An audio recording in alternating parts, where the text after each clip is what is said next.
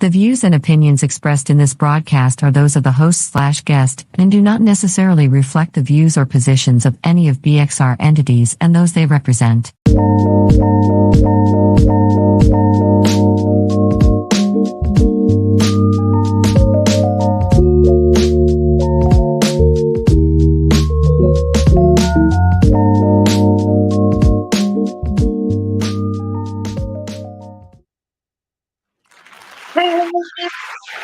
What's up?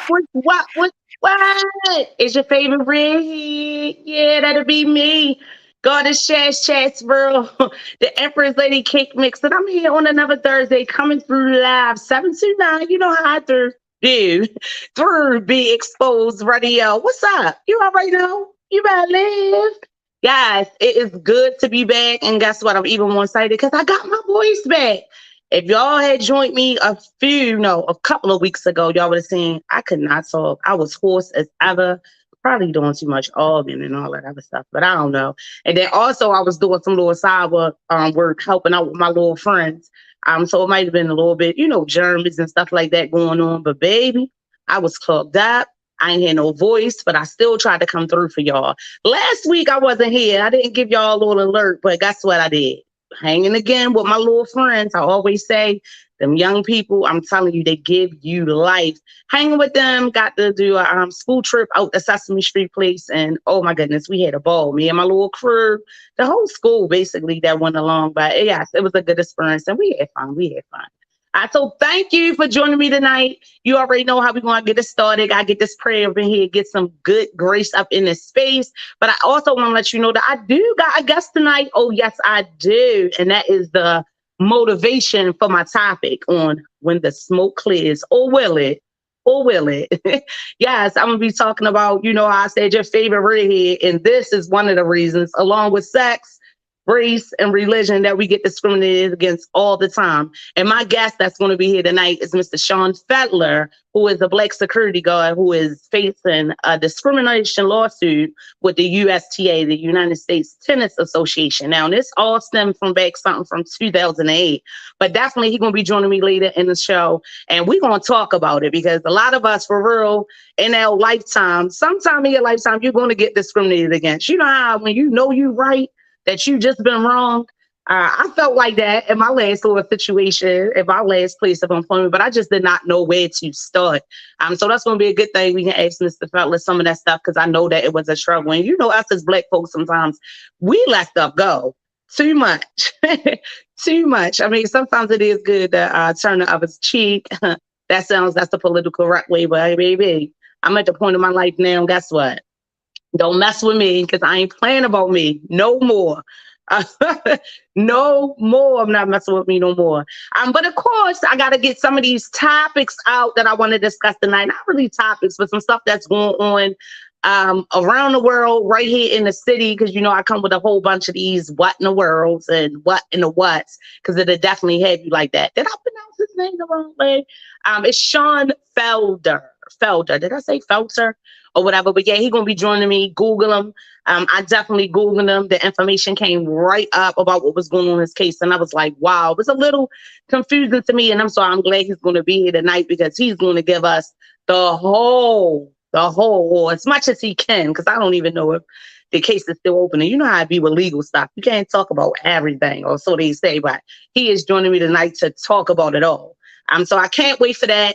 But in the meantime, let me get this other stuff out. Your news, our views, because what is going on? If you are residing in the East Coast, you can see that it's looking like a hookah lounge, right? It's real smoky, even to the fact where you can smell it. Like when I came out, I think yesterday I was saying that, and I had even spoken to my brother Jeffrey. He was like, I came out work. Did you hear about the Canada wildfires reaching over here and it's making our air quality low? So I was like, no, because I had not yet checked out the news, right? And then I was like, wait a minute, Canada wildfire? I was a little confused. It was red, it was weird to me. So I did my research to bring y'all the information. But hold up, I'm getting a little bit above myself. Y'all know I got to give honor and glory to God. Let's go ahead and get into that prayer. And I'm going to get to running my mouth. You know, it's your news, our views. And I definitely would love to know what you think about it. So hit me up, 443-642-9403. I think that's right. See, I should know about heart by now, shouldn't I? But that's short-term stuff. be slipping my mind. Be slipping my mind. Oh, dear God, thank you. Thank you for bringing us to another day, oh, Father God. Continue to watch over us. Continue to keep us, oh, Father God. Continue to lead us on the way. Oh, Father God, forgive us, oh, Father God, for not recognizing, oh, Father God, the God that is within us and within ourselves, oh, Father God. Touch everyone, oh, Father God, who is dealing with any type of sickness, illness, oh, Father God, any type of form of depression. Oh, Father God, just anything that can have them down. Oh, Father God, I ask right now for your spirit of peace, your spirit of healing, oh, Father God. Thank you for allowing me to keep on doing this through this platform, oh, Father God. I hope the information that I share, oh, Father God, is helpful in some type of way, oh, Father God, because I do everything, oh, Father God, under your guidance and under your lead. I give you all the praise. Amen. Amen. Yes, I do. Yes, I do. Guess what? It got to the point in my life, I used to be like, baby, if it do not need to be said, let me bite my tongue, let it not come out. And I just, I be talking. So when I'm talking, you ever talk sometimes and you be knowing stuff and you be like, how I know that? Or you have a certain point of view or you think about things differently or whatever else like that. Because a lot of people just don't be doing no thinking.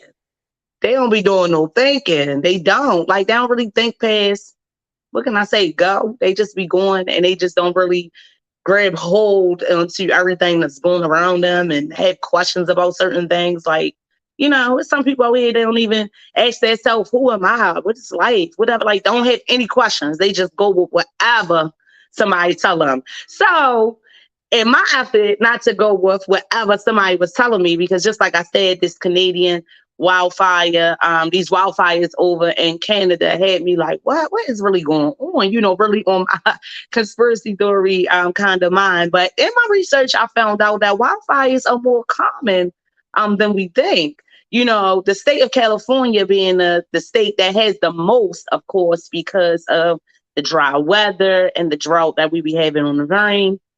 They have a lot of plants over there too that are really, really flammable. So about 85% of wildfires are caused by, you know, natural causes, which is like lightning, things like that. And like I said, the drought and stuff like that. But then a good percentage, or was it 85? No, correction. Correction. I think it was 85% was contributed to human error. Yeah, our mess, like everything else. That's why I say these wildfires are definitely like a result of this global warming, all this stuff we putting out in the atmosphere, burning it for real. And this is what happens when the smoke clears. Yes, this is the effect of what we cause, essentially, you know, but a lot of it does occur due to human error, you know, people going camping, neglectly, putting out cigarettes, things of that nature. And of course, deliberately, like through arson, yes, people are still, going deliberately setting fires.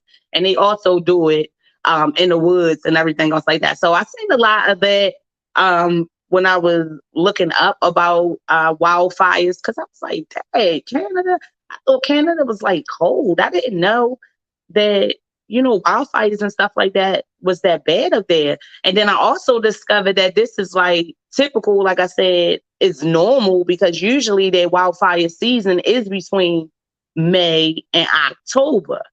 So this one being this dramatic is a little bit rare, and it's like been burning for like 6 weeks now with no sign of stopping. Yes, like 6 weeks.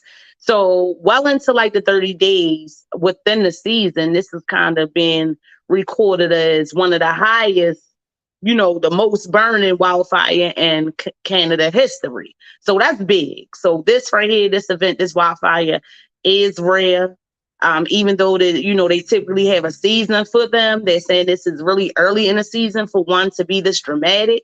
It has so far burned over 3.3 acreage of land. That is bigger, to put it in the context for y'all, right? For y'all to understand how much is burning, right? I'm surprised that Canada still even exists. 3.3 million acres is bigger than the state of Maryland. So what has burned up there, like, is our whole state. Our whole state would have been gone if it was down here.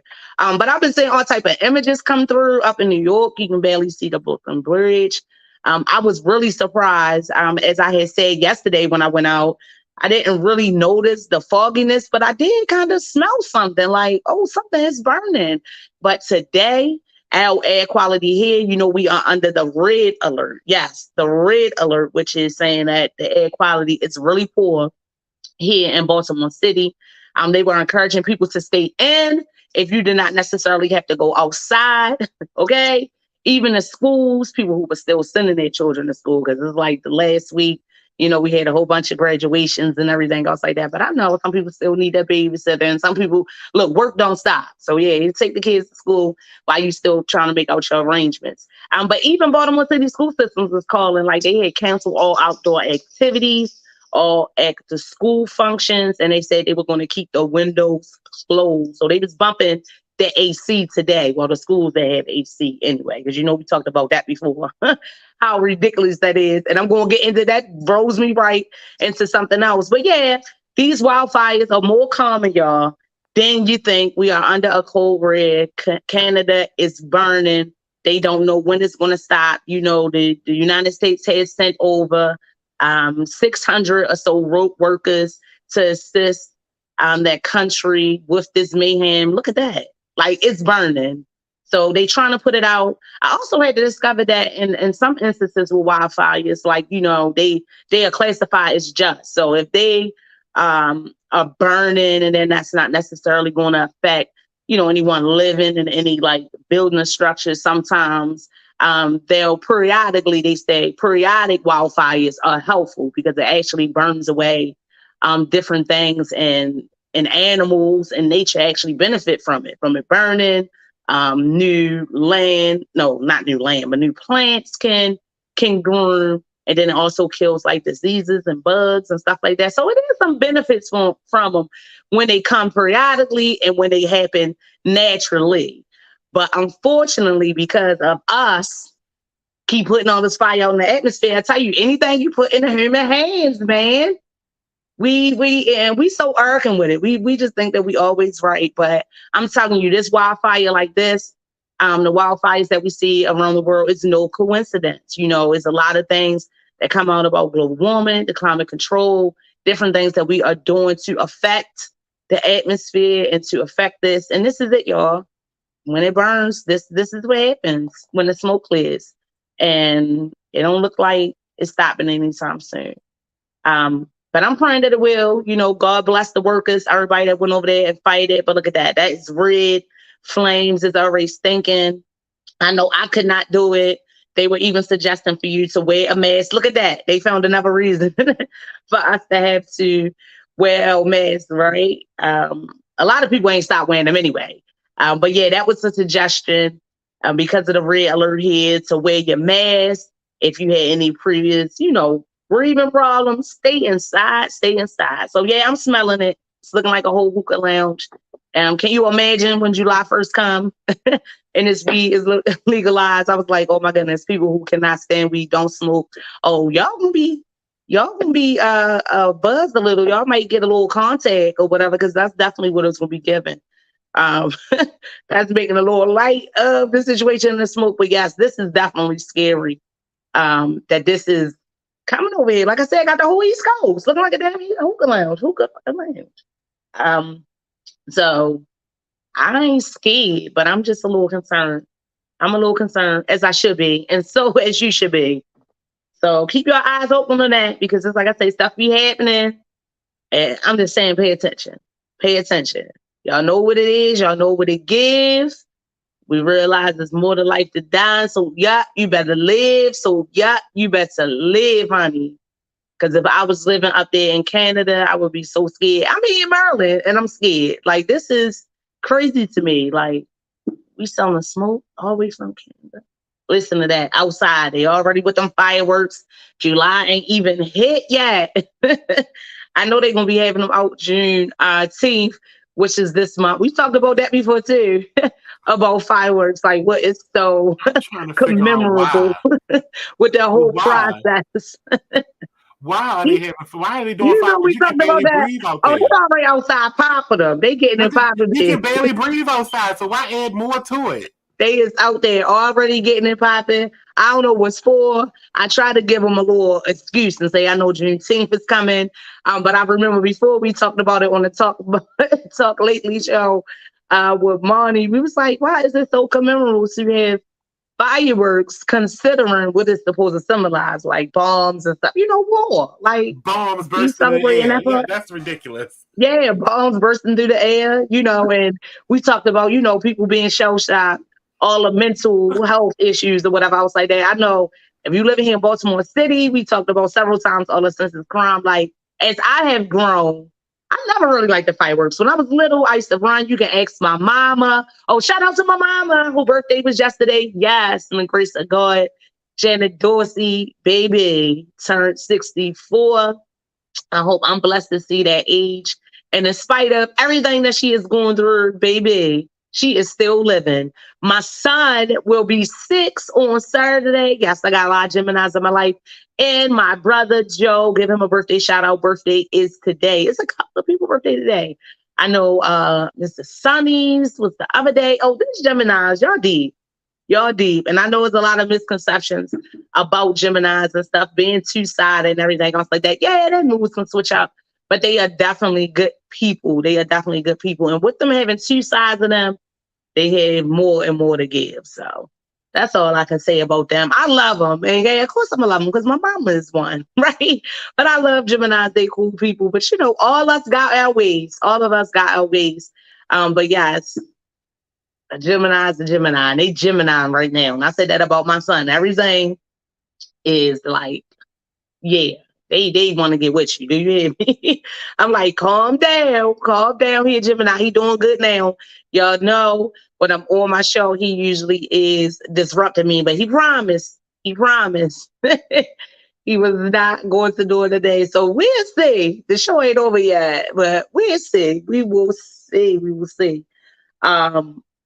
But yeah, there's a lot going on. Some of that information and some of those facts that I gave y'all about wildfires, I looked on the NPS.gov network, which is the National Park Service. A lot of that information came through them, and the Wildland Fire Management, the WFMI, along with the U.S. Forest Research Data Archive. So yeah, we had wildfires, but 85% of them are caused by humans. So put y'all campfires out, put y'all debris out, stop running faulty equipment. These are some of the causes, right? Stop doing that, faulty equipment, all types of malfunctions. Stop setting stuff on fire on purpose. And when you're out there smoking whatever, you know what I mean? Make sure you put it out. Because y'all causing fires, and it's mainly because of y'all. And all this stuff going on now is mainly because of y'all. Mainly because look, I gotta say that's right because I am people. But I can say I ain't never caused no fire, and I ain't never set no fire intentionally. No, I never did my wait and exhale thing. I was like that because that was a thing, wasn't it? When that movie coming out, everybody was waiting for the smoke to clear. They was burning down everything. And excuse me. Every time I get on here and get to run in my mouth, I get to get them dry, honey.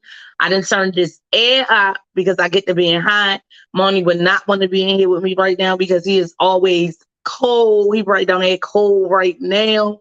I know he ain't have no problem with having to keep his windows closed. They were never open. They were never open. Because of the air alert. I know not at all. You cold, you got the sweater on. Around my legs. That's it. I told y'all. I told y'all he cold. More so than I am all the time. He always tell me he cold. And I'm like, man, boy, it's hot. And it's hot in here. I got on the sweatshirt and I just turned this air down a little bit because I was like, look, it's getting hot in here. And it might be from the smoke. It might be from the smoke. Not the smoke outside, but never mind. I'm telling y'all, TMI. So yeah, those are some things that I learned about. And just like I said, it's always fun. I hear a lot of people say Google is your best friend. Yes, I tend to do a lot of Googling. But I like to also pull from different avenues. So yeah, I usually start with Google. But I try to learn things for myself because I'm telling you, my conspiracy theory brain was on like, wait a minute, what is they burning? Wait a minute, they is lying to us. So I was like, okay, they not. So what I found, it don't look so iffy right now, but yeah, it's a scary thing because the average day wildfires used to burn a time ago was like 8 days. Now the average is 37 days, and they continue, and that is because of the climate conditions. It's too dry. It's too much drought because of what we are putting out. But in some instances, it is good. I had a lot of information written down about that. I was having a lot of fun with that, y'all. Too much. I think I might have talked about it too much, but I definitely had to bring it up because that is your news, right? And I was giving you our views on it. Well, mine's because I'm on here talking. But like I said, I would love to hear your opinion. So hit me up. You can holler at me in the chat, or you can holler at me through the phone. Let me hear you. Do not be shy. 443-642-9403. If you want to, go ahead in the chat. I can see it now, so I'll be able to read it straight off and show you some love. And also get that discussion ongoing. So what you think? Did you have that conspiracy type of mind too? Was that information a little helpful? I hope it was. I hope it took a little bit of confusion and a little bit of nervousness out. It did for me, but yeah, it's still iffy. I don't know. I'm like stuff be happening right, and nothing really surprised me, but I still be side and everything. But on to another thing. Yes, we've talked before on here about Baltimore City starting a curfew. Of course, it was an effort to try to combat some of this youth violence that we were seeing rapidly. As of Memorial Day, the city had launched a youth curfew that went into effect. Anyone under the age of 14 was not to be outside after 9. Anybody 14 through 16 under, I think it was up to 11 p.m. Now, this youth curfew is only in effect on weekends and holidays. So it started on Memorial's Day, and already, they have put sources out. I told y'all from the jump that I was not real smitten with this idea because a lot of times, and what I've seen, even from my little connection from them on my previous employer, that they be launching, they mean well, but they don't have an understanding well enough to launch a lot of these programs. They going off of what looks good versus what we need to see, if you get what I'm saying. So if it look good, I understand that they mean well, they want to put it out there, but we can't keep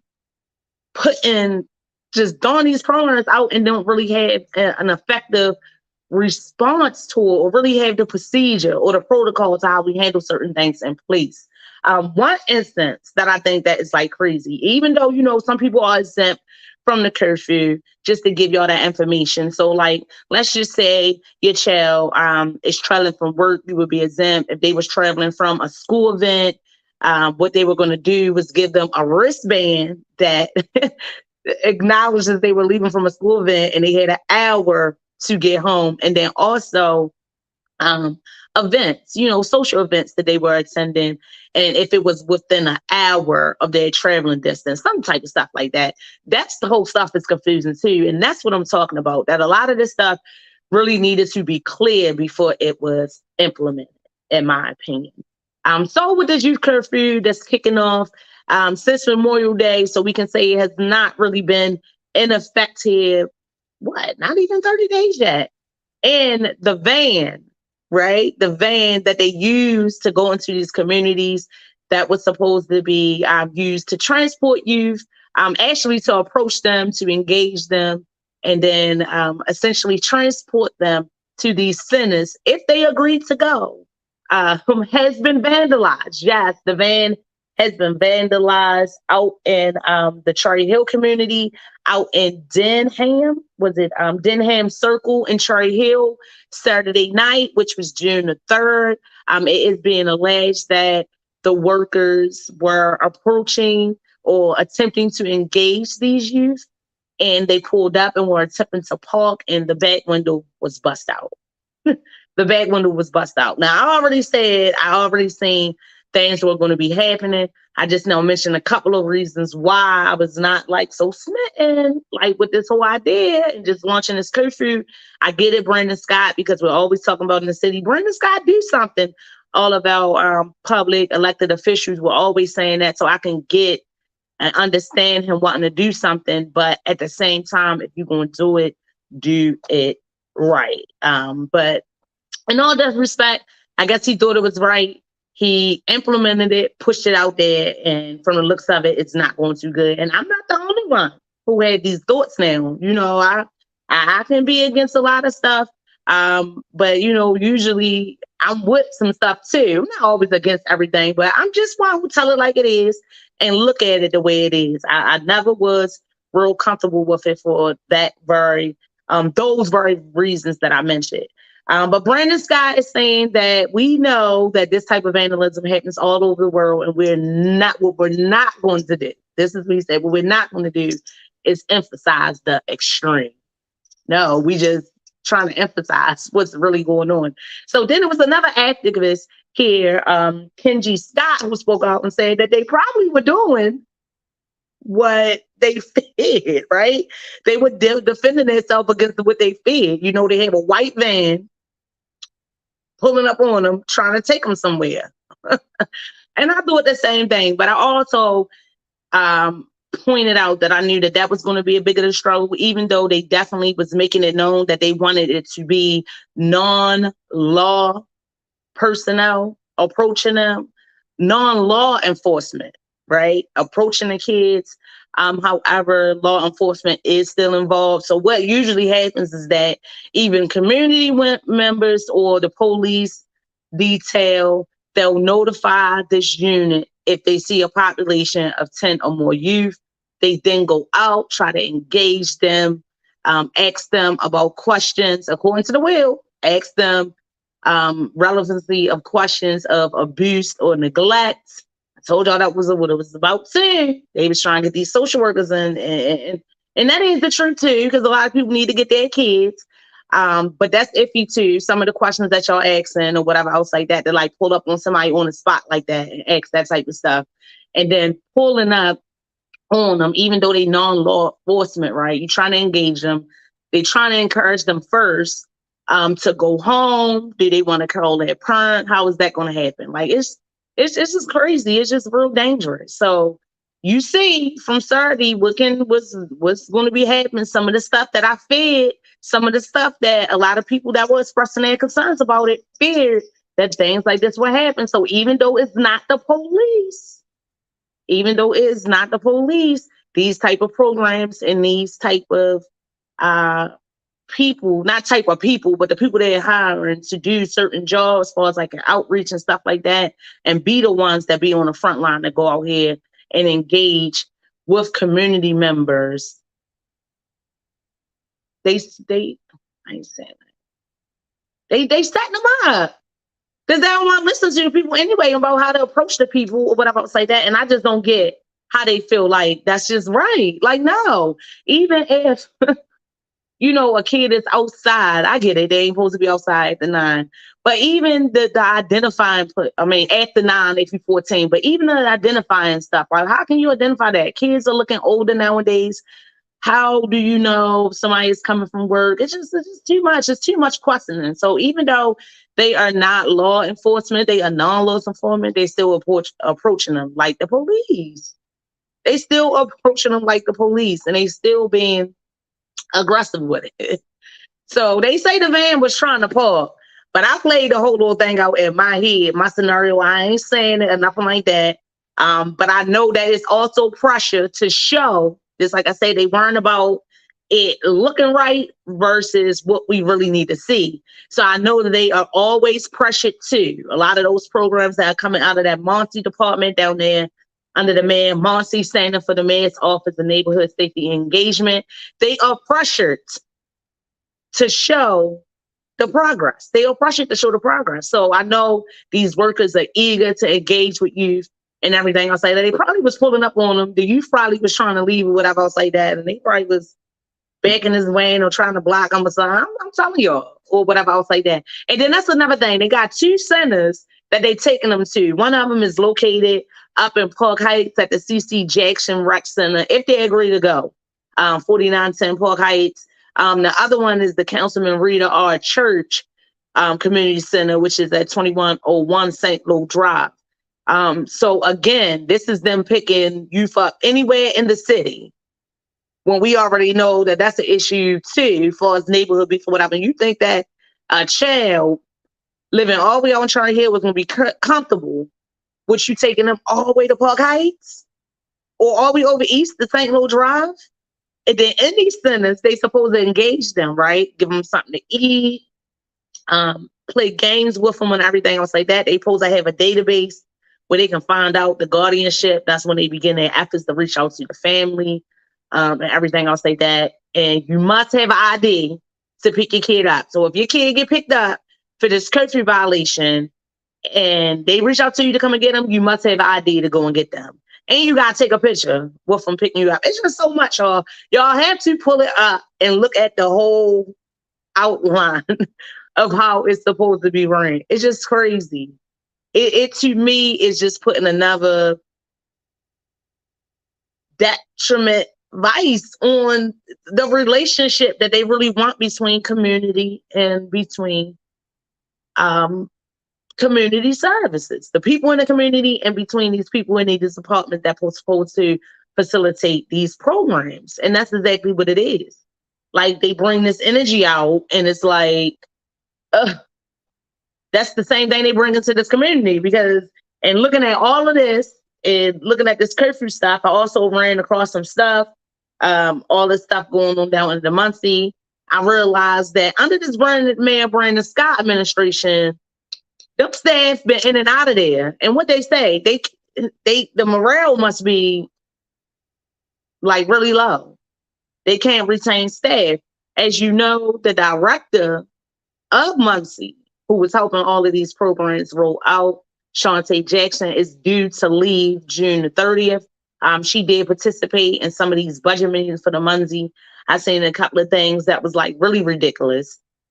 So it's a lot of questioning on this funding that the Muncie department received, if they are implementing these programs good enough in the implementation of them. Like real talk. They got this money, they putting it in these programs, but there's real concerns about if it's going to run out too. So Shantae Jackson is leaving, right? But it also was some questions about her salary. Like, go ahead, girl, make that money. I ain't hating.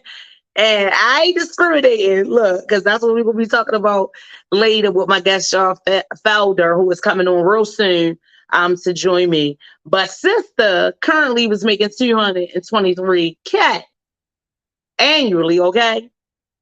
When she started in her position in 2021, she was making $195.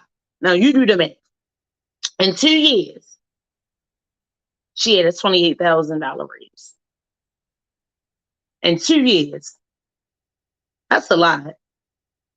And if I was on the city council, yes, I'd be asking questions too. I seen people like Costello, some of our councilman, I seen him answering questions. He kind of like one of the only ones, but yeah, he answering questions and rightfully so, because that's like really crazy to me. I even seen too, they bringing out another community resource van and they paying that driver alone $90,000.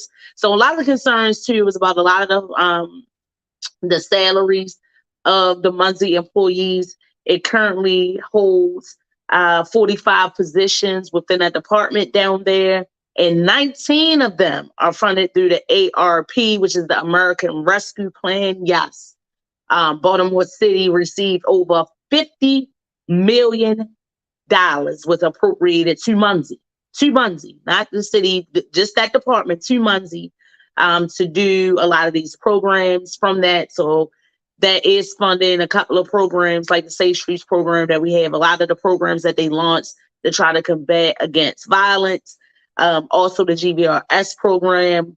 But that budget ends. The end of that budget is 2025. So the concern is, who gonna pay these salaries? What's gonna happen to these positions when that budget do end? Because they saying that the salaries are just like really extreme. That's extreme to me. Like I said, I'm not gonna hate on no sister getting their money, whoever coming there getting their money. But $28,000 raise in 2 years, what she was doing?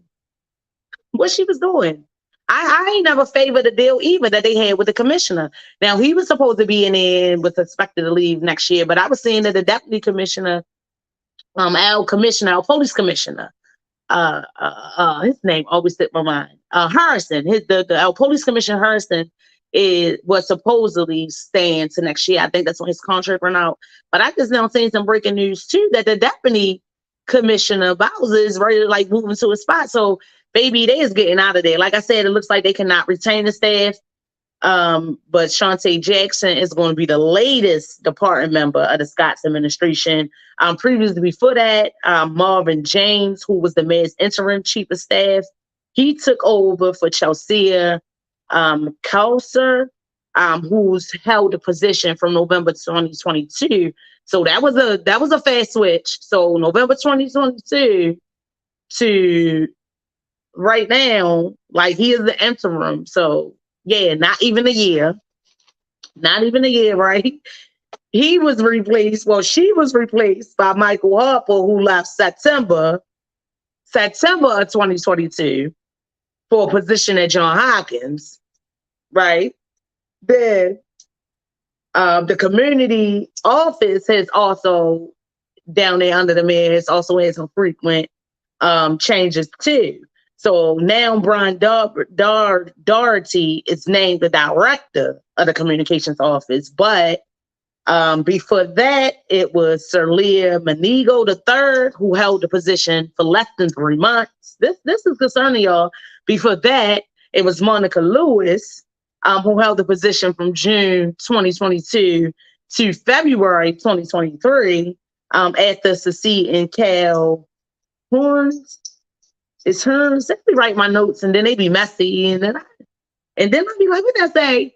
But anyway, I'm just really trying to make the point on how much these positions is flip-flopping and everybody's getting out of there down there. He only held it for 10 months.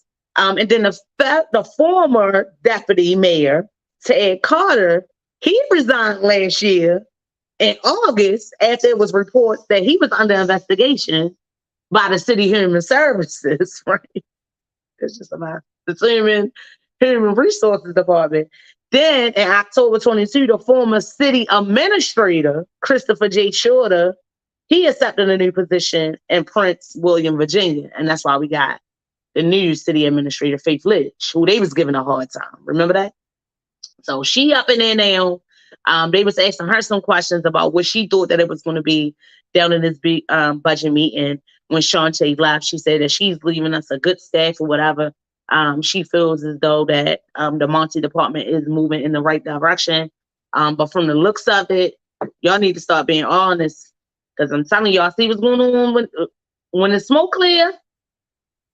Yeah, because it's down there. I'm telling you, I heard it through the grapevine. I'm telling you, I can tell you myself, even though I was not working for the city, I was, doing contractual work through that. And they burn you down there.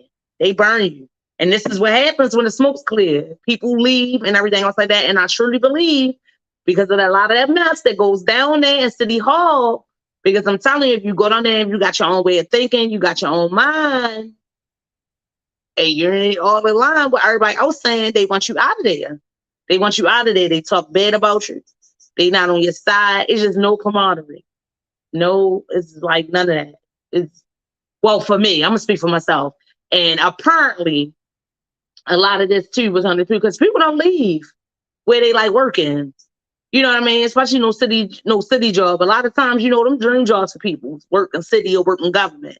So when you see stuff like this and they turning like that, what is it really called? It's a term for that, right? But when it just keep on flip-flopping like that and like everybody is just gone. Like, you got people that were supposed to be in really high positions, down here in the city doing stuff that's leaving. This Shantae Jackson leaving like that at the end of the month was like a big shock to people, you know, because it was a lot. We knew that he was coming out with discussions on his new budget and everything else like that. But yeah, she definitely was making it clear, even though she was participating in a budget meeting, that her last day is June the 30th. She said that she's drafting a memo or whatever I'll say that, I guess, to kind of make it official and notify everything. But she definitely was making that clear down there in that meeting. Yeah, I run too, if I was getting all that money. And, you know, it was a lot of controversy too about that email came out, you know, when the state street worker, Hamza got locked up for that vehicle manslaughter, and he was released or whatever. So it was a lot. It's like a lot of controversy. And obviously, there's some stuff going on down there that everybody might not necessarily know about, but these people who leave and do. And me, working for who I was working for and left, I do. So I ain't gonna tell y'all no lies. I'm not gonna tell y'all no lies. I'm telling you, they be down there, they be burning people, and when the smoke clears, this is the result of it. And anybody knows that when you see stuff like that, what is it always contributing to? An unhappy employee. And people is burnt out. They burned out.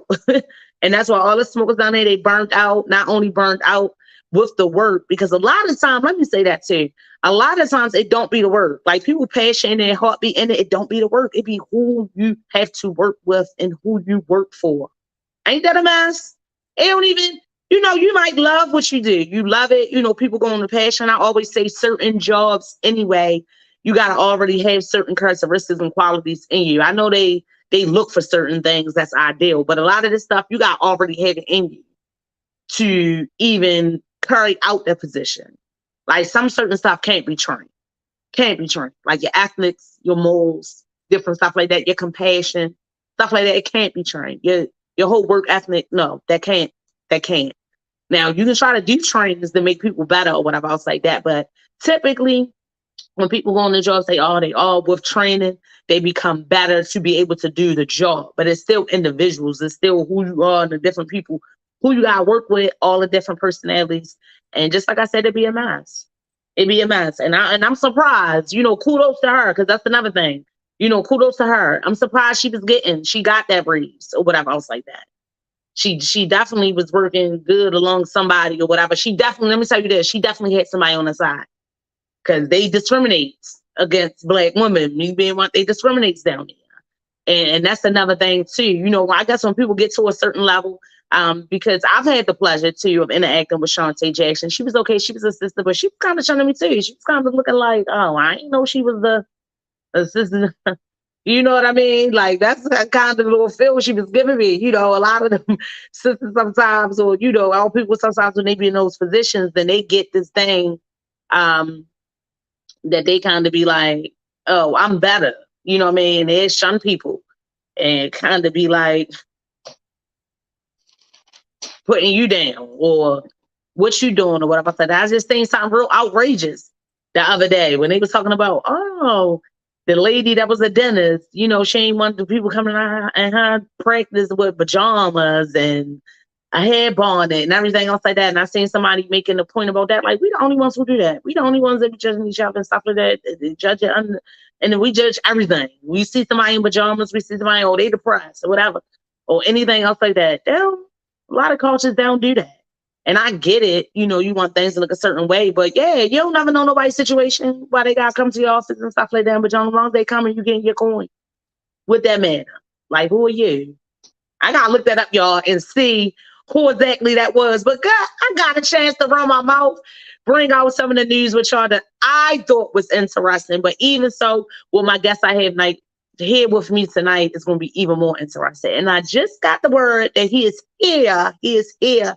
So I'm going to end my little ranting about all this stuff that's going on in Baltimore City. I do, before I bring him on here, I do want to send my condolences out to DC Young Fly and his family for the sudden passing of his love. Her name just slipped my mind that fast.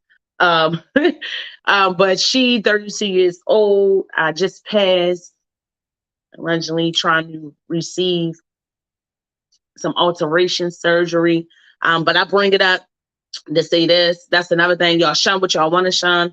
Ain't nobody saying nothing about people getting these botched jobs.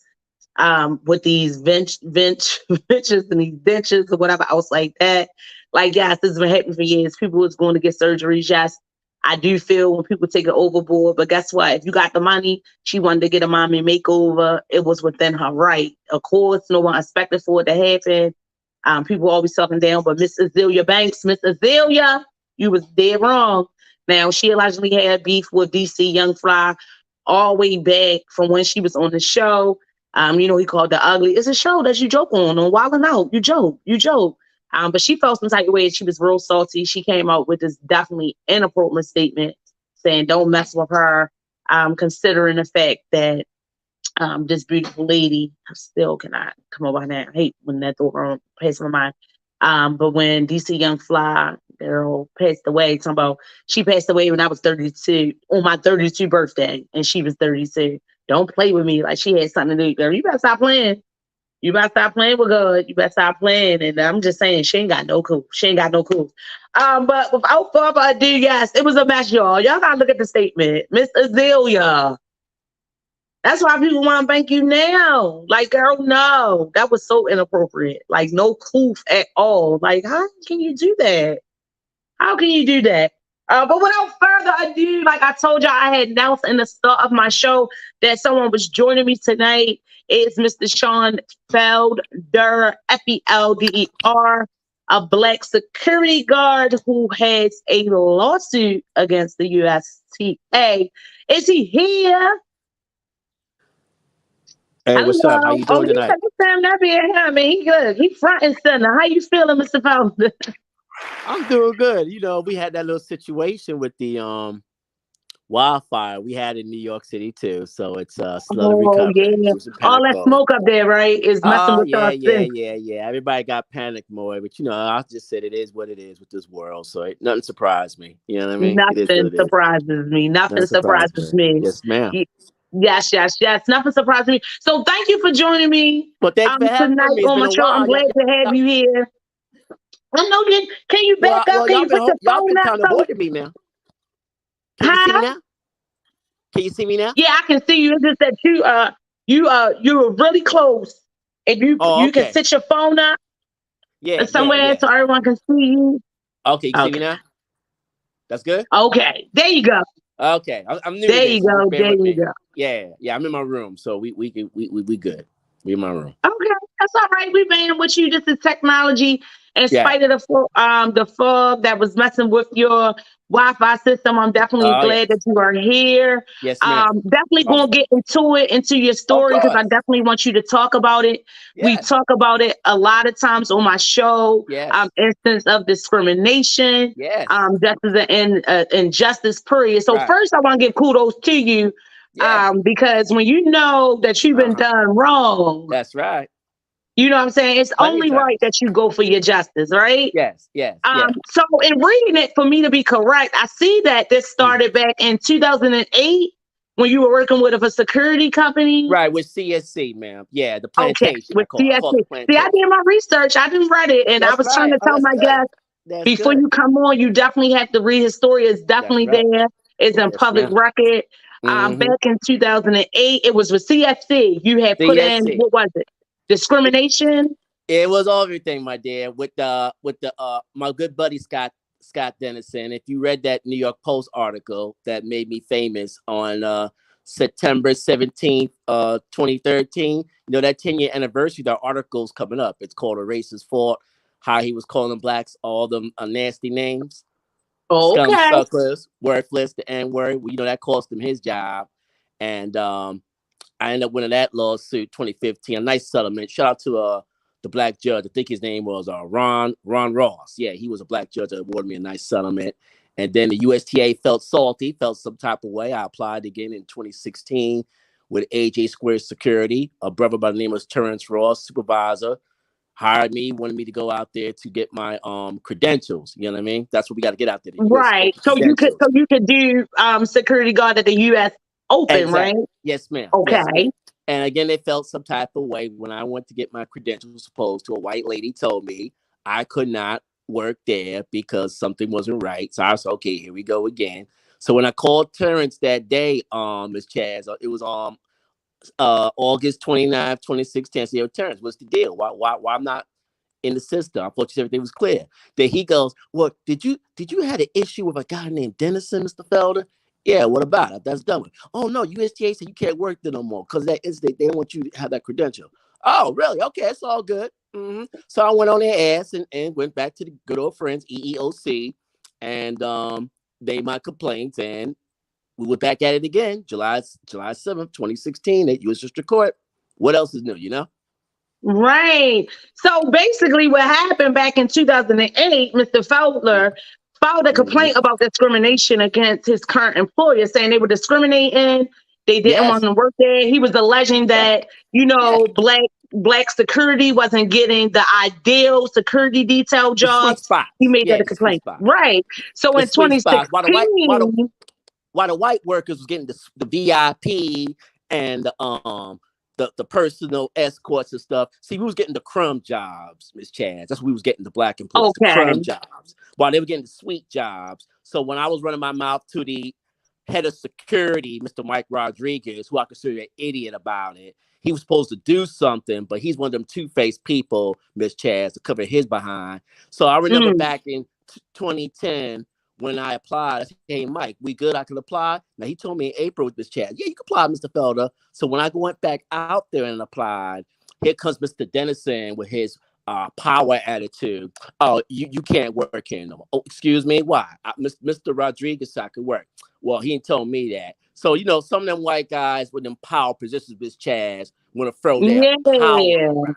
Yeah. Right. So that's why they held on to that. So that's just crazy to me, though, that, considering you already had a discrimination case back in 2008, and like the audacity for me to come out and then y'all kind of like discriminate and retaliate on me again because of the discrimination and think that would be okay.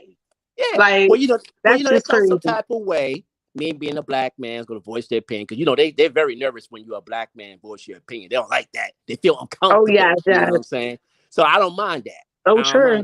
And you know what's so funny?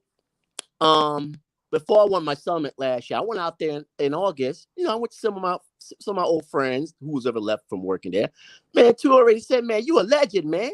We heard about you. You a legend."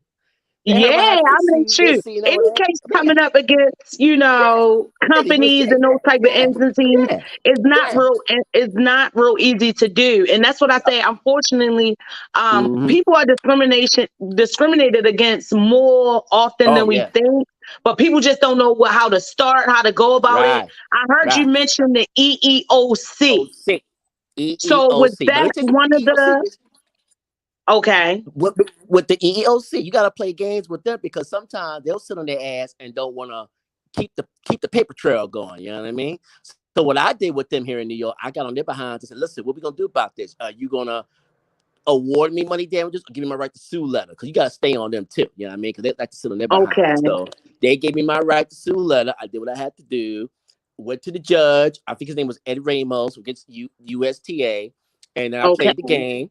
Now, here's the funny part. When you saw those articles, when I won the retaliation suit, Essence Magazine, Black Enterprise, and everybody else, that shook them up. Okay? That shook up the USTA, because that never happened of a black man running a retaliation case. So the people of power in the court system said, let Mr. Felder redo his case. That's when I had my lawyers came and stepped in from Lincoln University. So they stepped in and said, well, Mr. Felder wanted retaliation. Now let's get to the settlement. When we got to the settlement conference, Miss Chaz, that was on last September 14th, USTA had Craig Isaac, who's a clown, and their lawyer. Okay. And Mr. Felder, he calling all of them out. I got to look, you done had enough about this, right? Yeah. Because they wanted to get rid of me, Miss Chaz. And at the end of the day, they didn't want to cut the check. You were talking about $1 billion industry. So I had this white lady judge. She said, no, you're going to give Mr. Felder whatever he wants. Well, they gave me $5. I really wanted $25,000. So you're done with the lawsuit completely? Because I seen you were able to refile some retaliation. Was that what you're talking about from last year? That was from last year. But at the end, but what happened was with the lawyers, when they was fighting with them, they said, look, Mr. Felder has to be awarded something. He went through a lot of stress and aggravation and everything. And I got to give it to my law firm, Miss Chaz, Lincoln Center. That's They right. fought Shout to them help him out. in. Shout them out because That's they right. helped that That's brother right. out. That's right. And they were right there in that courtroom telling that judge, we sitting there for 3 hours negotiating, okay? 3 hours. So they want to give me the 5,000. I said, damn, I should got at least 25,000 on that money they be making. Shit, you gonna give me just 5? So the judge What you said, say? They cut me out with discrimination or whatever. And then, let's make a point about that because I know you're, talking about, what you at least can get or whatever. But totally, I'm sure it was not all about money. You were trying to make your point, right? You were trying to make your point. Yes. Right. My point was, you're not going to push me around and think you're going to get away with it and throw your power on me. But see, when you step to these type of people, Miss Chaz, and let them know what time it is, they feel some type of way. Oh, yeah, I bet. You was all up in their face. Like your face all up in that camera again. Yeah. Because you want to make them uncomfortable. And my thing is, Chaz, I made the USTA uncomfortable. Okay, let's put it that way. They see a cloud of my face. They're like, oh, we got to deal with this guy again. You know what I mean? Right. So, Miss Chaz, at the end of the day, let's talk about the Black youth of today. How you think they would feel if they're discriminated? What do you think they would do? Let's put it that way, okay? I'm 55 years old, okay? Well, that's the point that I'm making. A lot of us are so used to things being a certain way when I think that we don't realize when we talk in retrospect to the youth that we don't realize when we are actually being discriminated against or retaliated against. That happens a lot, and a lot of times we're discriminated against. Sometimes people have cases, but they just don't pursue them, because people feel like they need their jobs, for one, different stuff like that. Yeah. They don't want to move back from them and, you know what I mean, and everything else. So, well, it's a whole bunch of that. Miss Chaz, I'm a different breed, and we old school, and I'm not afraid to tell somebody to kiss my ass, okay? And I was just telling you kiss my ass. I see it. Everybody sees it too. And those disappointed, Miss Chaz. You're not catching it. The NAACP and the National Network, they ain't step in. I thought these Black power positions supposed to retaliate. They ain't help me. I told what happened. So why y'all step in and challenge these USTA? Hey, why is this Black man being discriminated? They ain't do anything. Right.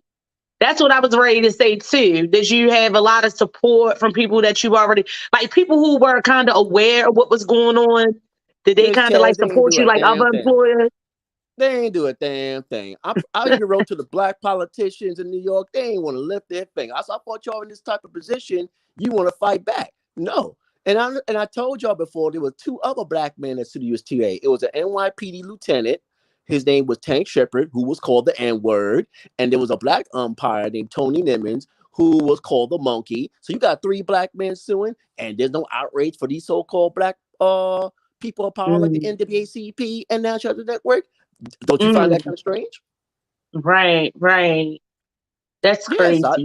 So I learned to go it alone, sweetheart. So it's all good, you know what I'm saying? Okay. And I want to give a shout out. Are you still working in that field, or that was like? I work for Tiffany's now, 2 years. I'm good. I'm working with some decent white folks. I'm in there opening the door, being nice to people at Rockefeller Center. Yes, ma'am. I've been working with Tiffany's now 2 years, and I do special events. So as far as I'm concerned, like I said, I don't deal with those clowns at USTA no more. So the judge told them, Mr. Felder can go there, but you can't ban him. She made that clear to them. Yes, definitely made that clear to them. And I'm trying to make it clear to you. Just need you to break up a little bit. I've been saying it a couple of times. I didn't know if you had heard me, but I want definitely to see everybody, get them to see your face. Because like you said, you are famous because it definitely is rare that people pursue discrimination lawsuits. Mr. Felder, he went on, he pursued it, and he won. He was able to refile it last year. He got a little bit of change, but just like how he was saying, it definitely was not only about the money, but it was just the point that he was like, oh, no, y'all not going to do me like that. No. And you have to fight these people because in the end of the day, Miss Chaz, you will win. You just got to have the faith. Okay? Let me tell you something. I'm trying to write to Mr. Farrakhan's people, Nation of Islam, about them. I'm surprised they ain't respond back. Could you imagine Farrakhan's people step to the USTA? They don't want that smoke.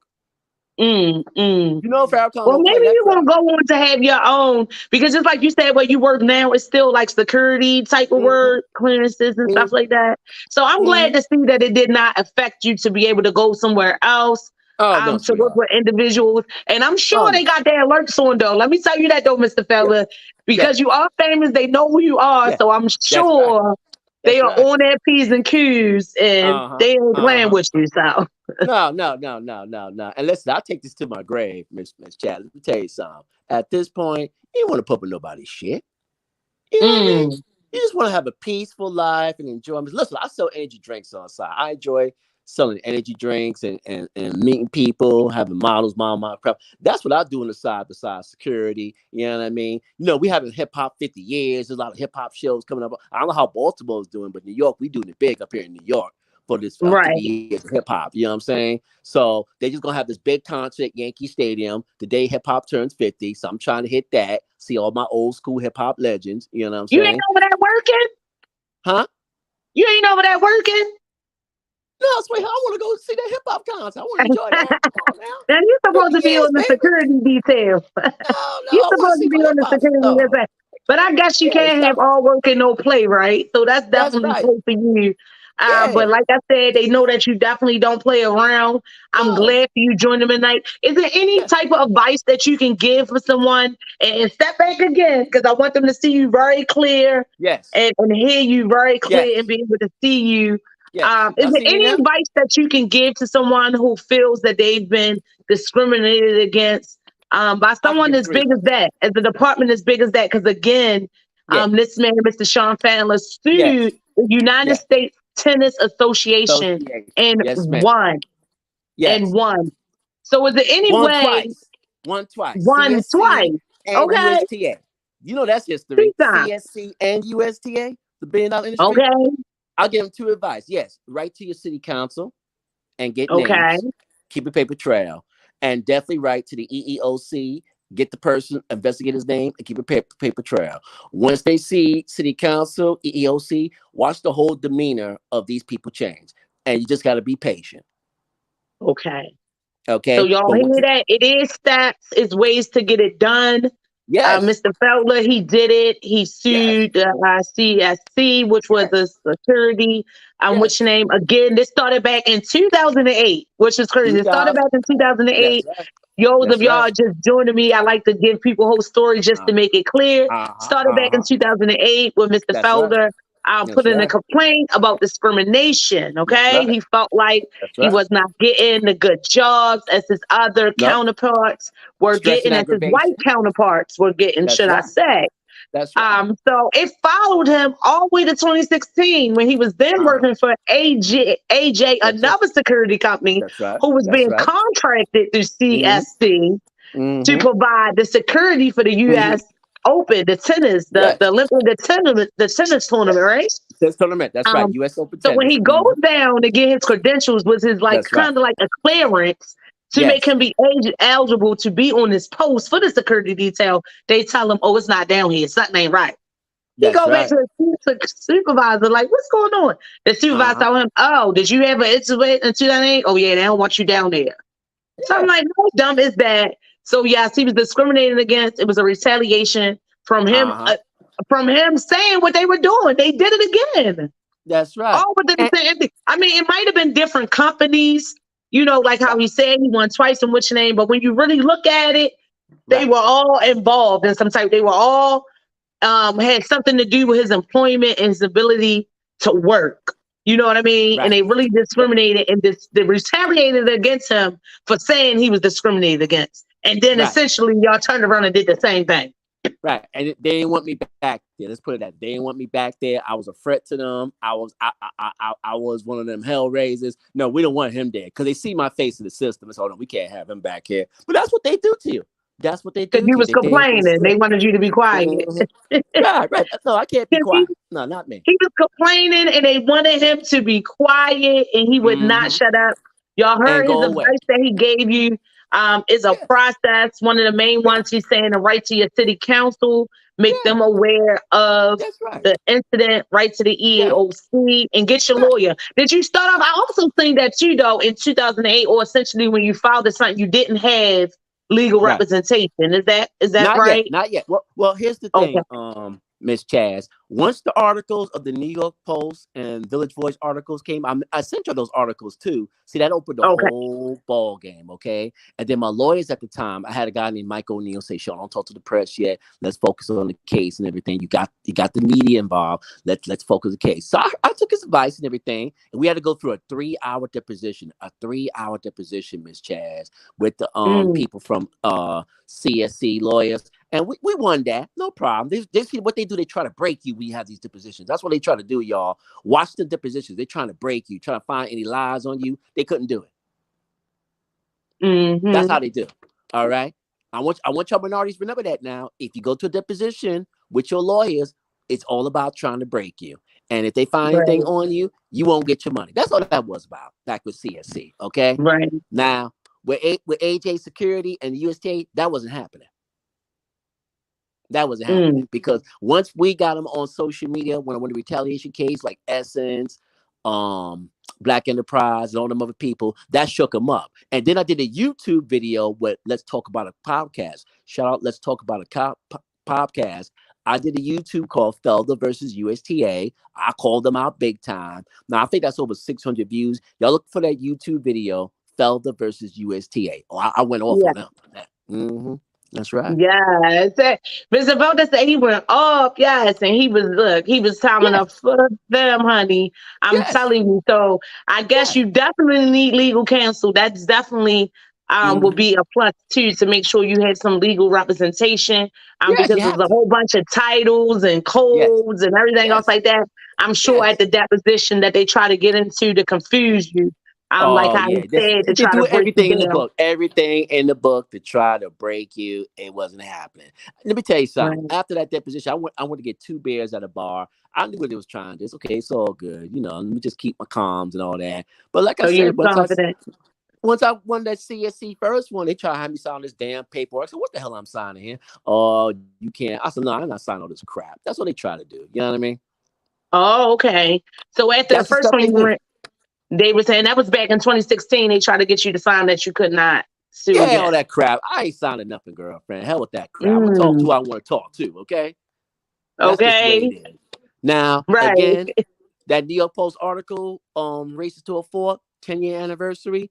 I'm trying to get New York Post to cut me a check saying, let's do a where are they now? What happened ever since that article came out? Are they working? Are they dead or what? Me, we can get Scott Dennison, John Storer, that USTA clown Craig Isaac. Let's do a where are they now? Could you imagine that story put out again 10 years later? I mean, it is 2023. And truth be told, like I said, this started back in 2008. So this was some time ago, even though it came back up to the surface just last year when you were able to refile. So yes, I think it's worthy to go back and, check in with y'all and see what's going on. Because, I mean, even though this been a while ago, I know people are on here like, wow, he's like, this happened yesterday. And if you're having that thought, you have never been discriminated against. And especially, how we know they do, a Black man, you know what I mean? So he is definitely in his right to be in all of his feelings. And it was just last year that I'm sure a lot of this stuff about how he felt about it was brung back up to the surface. Because he sued USTA. So it brought up a lot of those old feelings, a lot of that realization of what happened to you, I'm sure. And he's got a right to feel some type of way about how he feels. Well, listen, let me tell you something. Any Black person who ever been discriminated on this earth is lying. I don't care if you're a woman or a man. Y'all have been discriminated at some point in your life. It's going to happen. It's going to happen. Yeah.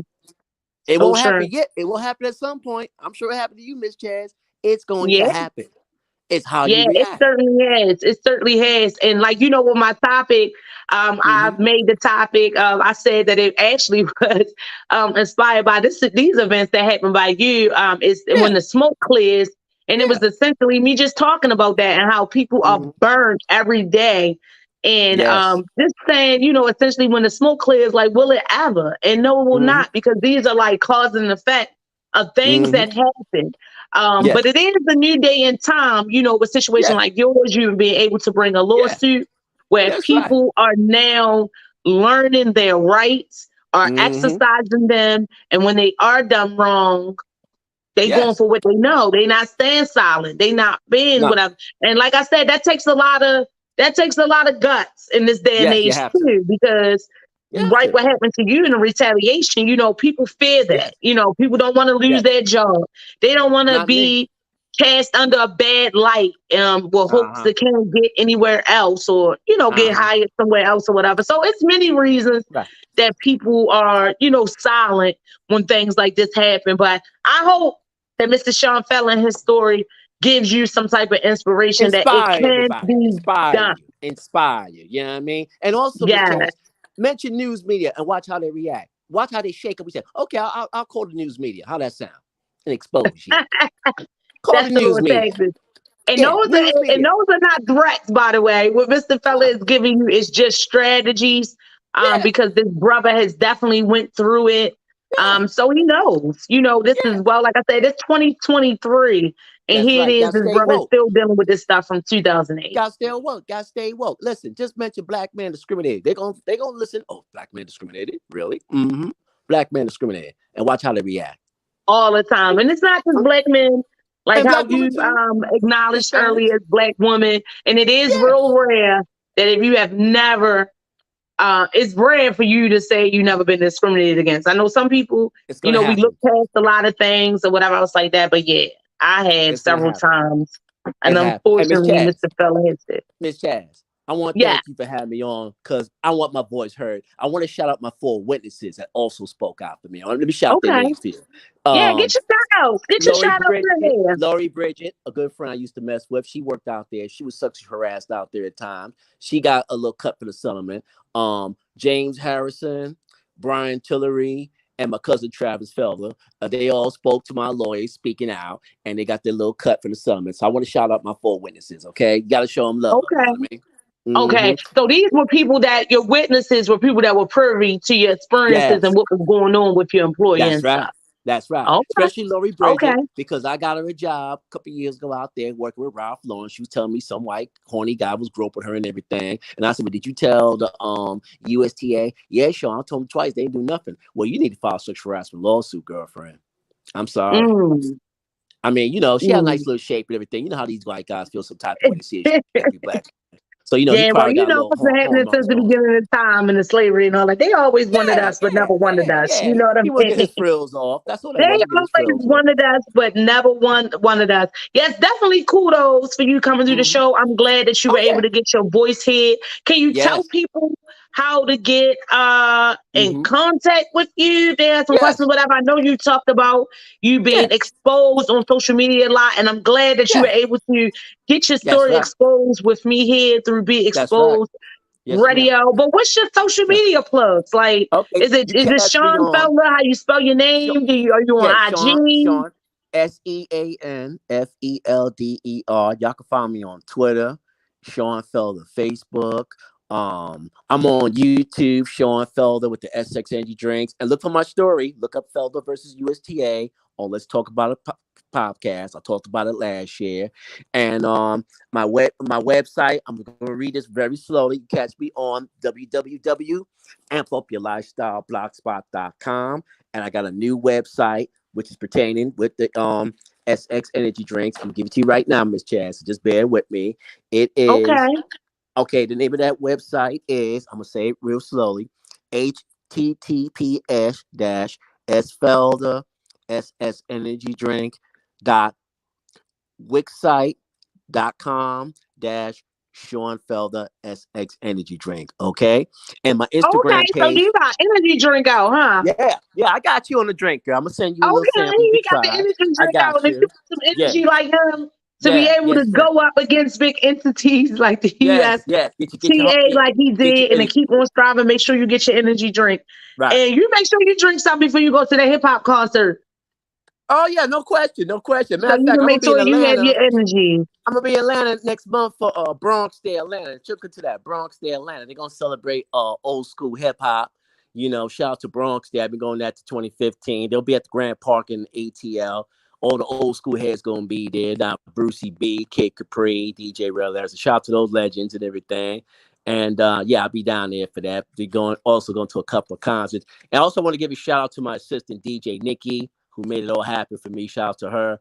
And one of my good radio friends, Vero G. I'll be on her show the week hip hop turns 50. So we're gonna do a little celebration of the culture. So like I said, 50 years, Okay. baby, of hip hop, man. Yeah, a lot Get gonna be out going and on. I'm get sure some this stuff fun. Get out and hear some fun. Yes. Yeah.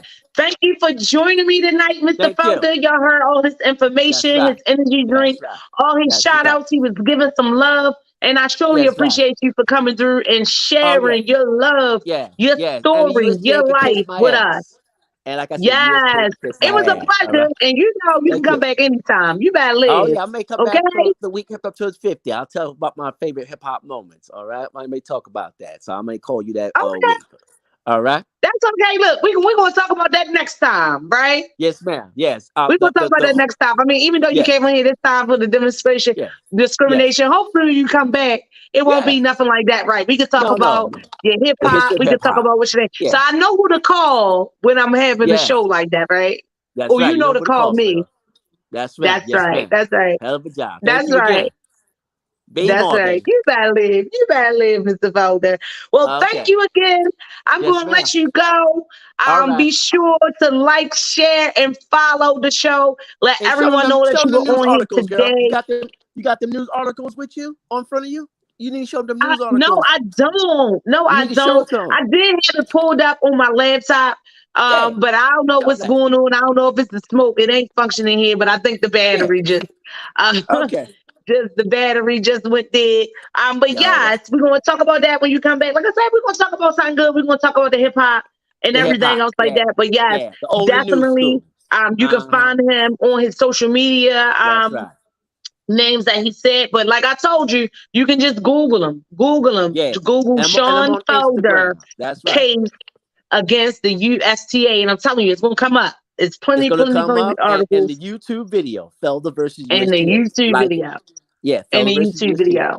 That's and right. now you're gonna have another YouTube video and a whole bunch of other platforms. So thank you so much, Mr. Felder, for joining me tonight. You gave all the shout outs, but like I said, I'm gonna give a big shout out to you and for you being a black man, standing up for your rights when you know you was wrong. Okay? When you know you was wrong. And let's say happy birthday to Minister Farrakhan. He turned 90. Happy birthday, Minister Farrakhan. Happy birthday. Yes, there's a lot of Gemini birthdays. That's what I'm gonna get into. Mine's not until October 27th. I'm sorry, not until October. Certainly. Thank you. All right. Thank you for your time. Okay, now. Bye-bye. All right. Bye-bye. Thank you. Thank you. You know I'm always pumped up when somebody join me to talk about something. Yes, that man case was very, very, very interesting. Y'all got to look into it. But hey, yes, he did his thing. It's like I said, there's a lot of situations where people get discriminated against. We just don't do anything about it. We put it on the side or for whatever. There's a ton of reasons, that people don't pursue things like that. I tell y'all, sometimes my business, I feel like, not sometimes my business, I tell y'all my business all the time, right? Y'all better live for it. I tell y'all my business every time. But yeah, my last employer, I felt as though I was discriminated against, several things. Not only discrimination, but my safety. I did try to reach out to the EOC. They were backed up and everything on appointments. But talking to him and doing all that, I might want to, go back because I know I was done wrong. A sister was done wrong and they gonna make it right. And sometimes, not sometimes, but all the times, like I was trying to get him to acknowledge that a lot of times it ain't about the money. It's the point to get them to acknowledge y'all did something wrong. You can't do people like that and you're gonna pay. And a lot of times that's the only way they get paid. I mean, sometimes, they change their practices and different things like that. But they definitely people feel it when you take that money. People feel it when you take that money. They don't want, businesses, it's in a business to make money. I'll give it away, say, even the nonprofits or whatever for that, okay? It's in a business to make money. So anytime they got to give money away for free for frivolous stuff that they should know better than doing, it's not a good look. It is not a good look. Before I bring Mr. Felder on here, I was telling y'all, getting a little bit into, I didn't want to keep him waiting, but just getting a little bit into what Mrs. Cecilia Banks was saying about DC Young Fry's girlfriend. Okay? Y'all gotta read that. I told you, messy, messy, messy. No coof at all. And just like she said, 32. I talked about them Geminis, right? How they can hit and hit hard. So she was saying that the lady passed away on birthday. So I guess it was already Gemini season. Correct me if I'm wrong. Yeah, that's something that Gemini do, honey. They will sting you and hit you when you hard. That girl, just like Mr. Felder, the people who retaliated against him from all the way to 2008 and ain't let it go. That girl did not let that go. She was that mad about her being on Wild 'N Out and that man calling her ugly. And she said, while thousands of black people laughed. It's a whole just like a mess of the statement that she wrote because Miss Banks, black people wasn't the only ones laughing. Um, to be clear. And you just proved what he was saying, not just on the looks, but you proved that internally you are ugly. Miss, you are ugly. Regardless of what, like a lady has lost her life. A lot of people are putting emphasis on the way that she transitioned because she was getting that surgery. But when it's your time, it's your time. I mean, it is unfortunately that was a situation that led up to it being a time. Maybe it could have, in some way, been prevented, how people think or whatever, but that's with any surgery. It's always, yeah. And just like I say, any type of procedures or whatever, what gets me is that sometimes people automatically allege that people or automatically think when things like that happen, like people are going to try to get things cheaper or trying to go to the not so most reliable source or the most, the best source, should I say, because there's a lot of black alley surgeons and stuff like that. But that girl had money. That girl ain't had to go to no back alley, nothing. Unfortunately, she went to get a mommy makeover. There's a lot of celebrities who get it. There's a lot of you girls who wish you had the money to get it. So stop it. There's a lot of people that are dying from other procedures that are getting done. Just like I said, we, for whatever reason, we shun certain things but are acceptable of the other stuff. Like what? Like I don't get that. So yeah. So with this rage of so many BBLs, some people go and they ain't right, but it's a money. It's a business. They want to make money. So I know a lot of people are able to go and get procedures when they aren't necessarily medically cleared. These are the elective procedures, should I say, meaning surgeries that are not necessary, but people choose to get. But even things like tummy tucks and removal of skin and breast augmentation, breast reductions and stuff like that are now being cleared through medical assistance because it's deemed to be, aside from it being cosmetic, which it is, people get it to look better. But some people need these things done and it has been recognized as medically necessary. Now, in her case, I don't know if it was medically necessary, but even when she went to get the surgery, she wanted a makeover because she having these babies and this is what's going to make her feel better. That's her business. No, she didn't go thinking that she was going to pass away. It's so common now when people getting surgeries. I'm sure people don't think that. You know what I mean? That's going to happen, or people don't think that they are going to have complications. But we can't keep looking past like, yeah, that can happen. When you get surgery, that can happen. It can be complications. You have human beings doing something on another human being, and it's always run for her. It's always run for her. That's what I'm saying. Y'all shun these BBLs and these body modifications, but then y'all all good with everything else that technology in the medical field allows us to do. i.e., have babies, choose their eyes, their sex, and everything else.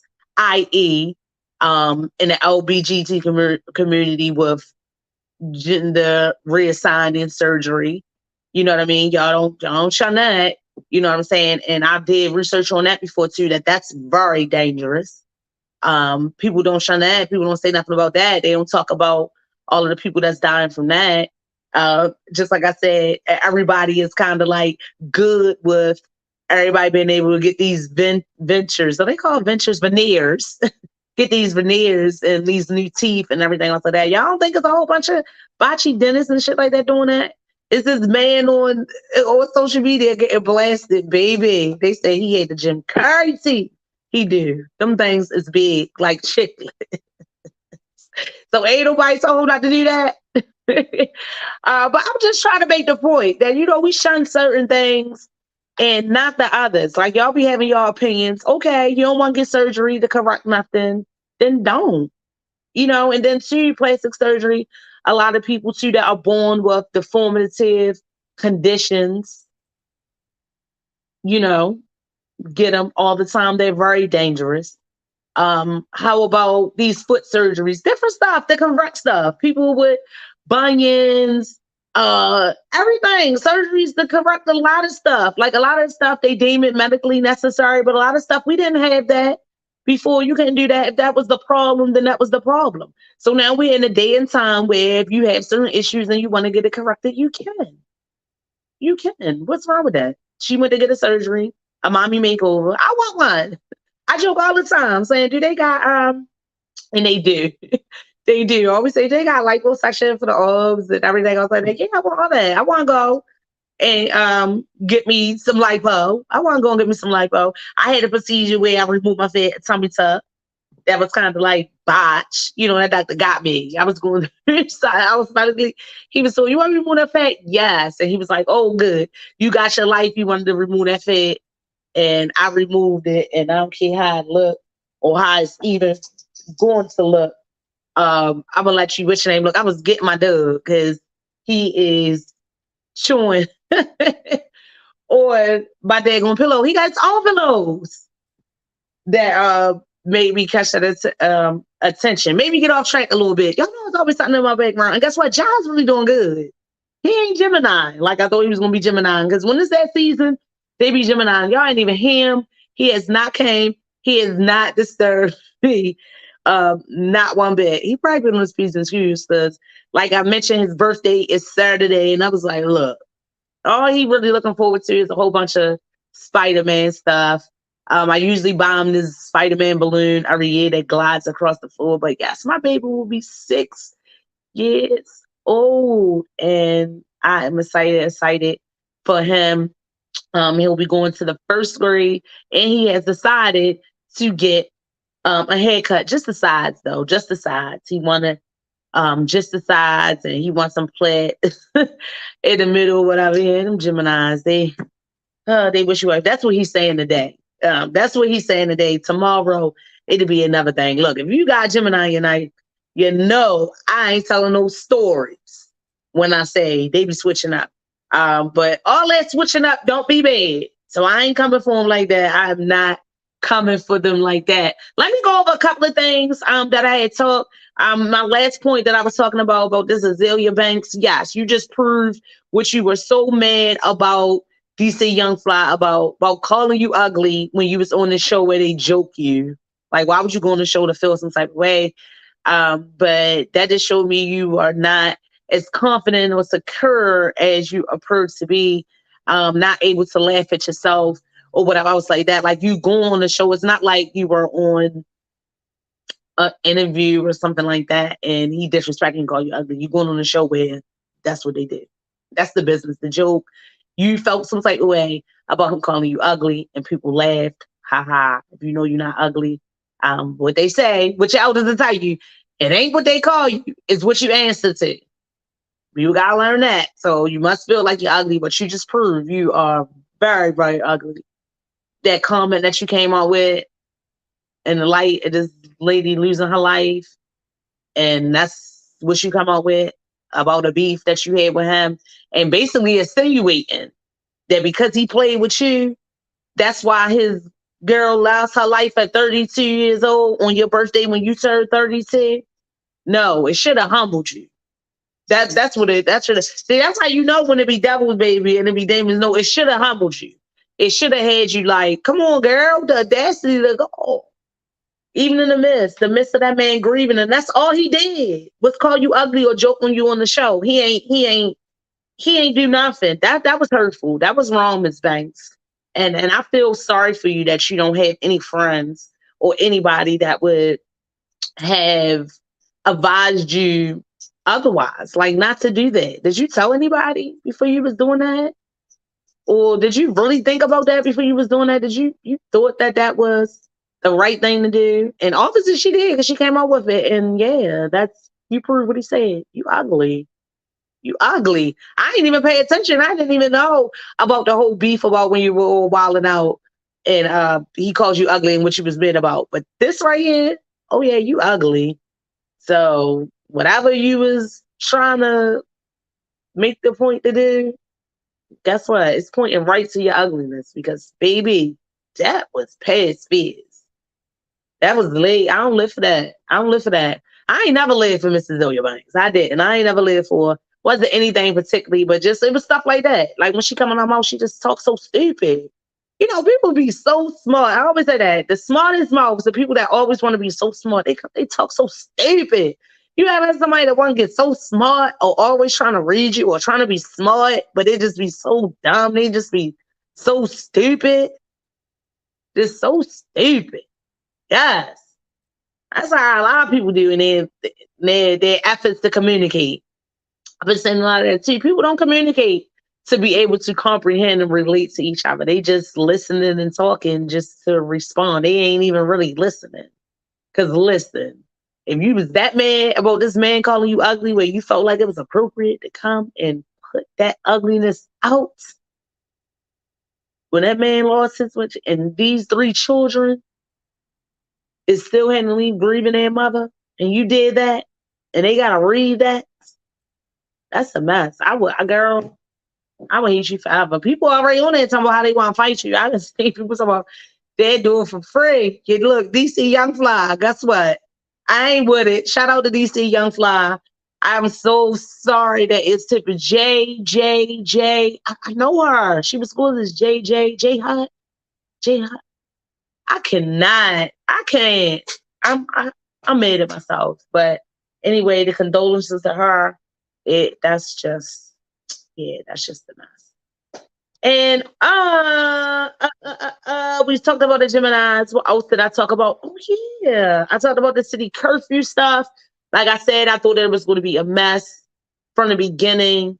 My experience was being contrary to the Muncie department is that they rush things. You know, when I was on the GVRS thing, I know that it supposed to been implemented, it supposed to been launched.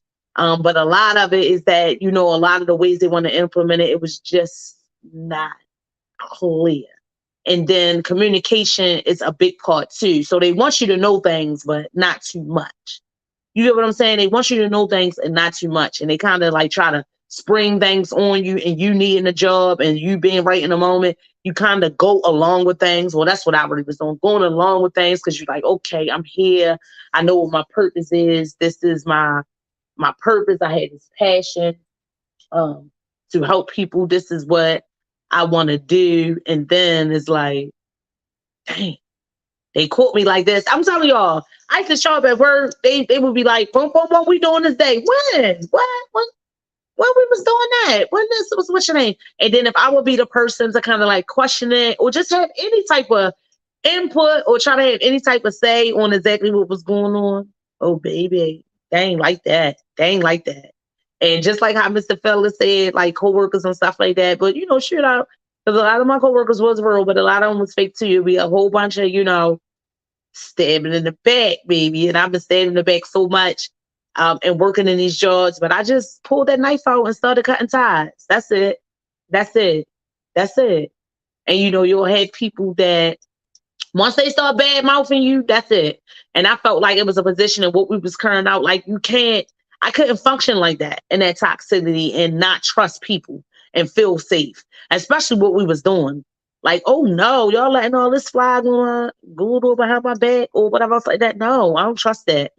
I ain't going out. I ain't doing that. I got a life to live and I ain't doing that. Ain't nobody gonna be here for my kids. It's just too much. Y'all play with me and y'all play with me right in my face. And I got out of there. And it wasn't no disrespect to a few of my coworkers, but a lot of them was sort of like, yeah, y'all really was giving fuck me. So yeah, guess what? Fuck y'all. Get somebody else to do it. And that's where I was at. And it's unfortunately that I've just, you know, heard from her since I'm going, it's been, I know it's the same things. I know it's the same things that got worse. Like I was really one of those ones that was there with that integrity, whatever else like that, to make sure things was being done right. But people are so used to functioning in the wrong, right? And burning each other and getting burnt, baby. And when that smoke cleared and I really got to see it for what it was, I was like, oh, heck no. I was like, oh, heck no, I'm out of here. And yes, that's what happened. So that was my experience. So we see a lot of that is going on down there. I spoke about that earlier in my show. That has been a lot of turnarounds, staff turnarounds down there in City Hall, and especially in this Muncie department, especially all of these administrative offices that are overseen by the mayor under Brandon Mayor Scott's administration. And that says a lot. And if y'all not looking at it like that, you know what I mean? Like, people are going in there like high positions. We are talking about the deputy mayor, the chief of staff and all that. People not even staying for 6 months. So what's that telling you? What's that telling you? The commissioner, he was here, he had a good ass deal, even though his contract is ready to be gone. But yeah, what's that telling you? What's that telling you?